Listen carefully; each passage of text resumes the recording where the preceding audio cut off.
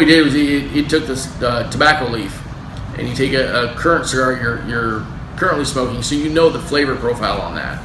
And then what you'll do is you'll just take this as you're smoking your cigar, and you'll just hold this up, pushing the tobacco through your existing cigar, and then the next few draws on your cigar, you're going to notice a flavor change. Yeah. And that flavor change is what you're going to get with this tobacco as opposed to what you're smoking. So you can identify flavor differences in this, or what this tobacco is like.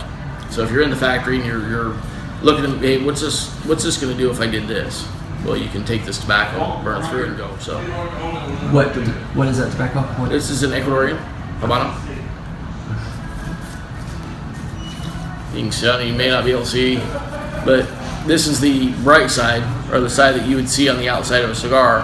So you can see when we stretch it, how it, this is what it would look like on your cigar. So you can see how it stretches and how it gives it a nice sheen. Now you turn the tobacco leaf over, you see how it dulls down. It's got a real dull finish. And if you go to stretch it, you're going to see the vein pop, and you're also going to see the backside pores coming out. It doesn't stretch quite the same. So when you're wrapping your cigar, you got to make sure you do it the right side out, not the wrong side. And what were those two tools you were showing me? This here is the chaveta. This is commonly used to cut your tobacco when you're laying your tobacco down, get ready to put it into a cigar. You're going to cut it in an arched form. Now, I don't want to do that because of the tabletop. Sure. But when you cut this, you're just going to use this tool and just slightly tear down, and it'll cut your tobacco. This here you can find at your local clothing shop.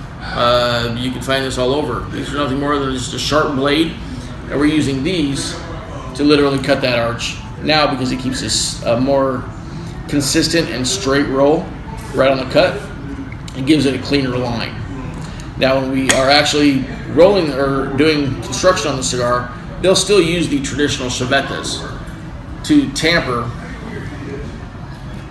a cigar. So when you get done rolling a cigar, before you put the cap on, they're going to use this to help shape and mold the head of the cigar or the top to give that exact or precise curvature that we're looking for on the end of the cigar. Now, one of the big questions that a lot of people have is square press, box press. Do we manufacture the cigar and we press the mold or press the binder and filler into a square or triangular, whatever the shape may be, and then put the wrapper on? No. These were round at one time. Everybody thinks that they were pressed into a square. They're not. They're made as a round cigar, and then they're put into either a flat tray where you're stuffing all 10 cigars that are just barely able to fit side by side, and then they put pressure on them down so that the cigar can't go any further this way, that these will be pushed into, and then they're pressed in with the wrapper and then aged in a humidor or in our aging facility in the cedar room, and then they'll let them rest so it'll lock in that shape that we're looking for. When you buy them in your shop, the box press, when you open up a brand new box, you're gonna notice they're all really tight, side by side. Designed that way because we don't want that tobacco to start to relax and open up to become a round cigar again. So there's a lot of science and a lot of thought put into making not only a box press, but delivering it to every individual to make sure it's kept as a box press throughout the duration of the cigar.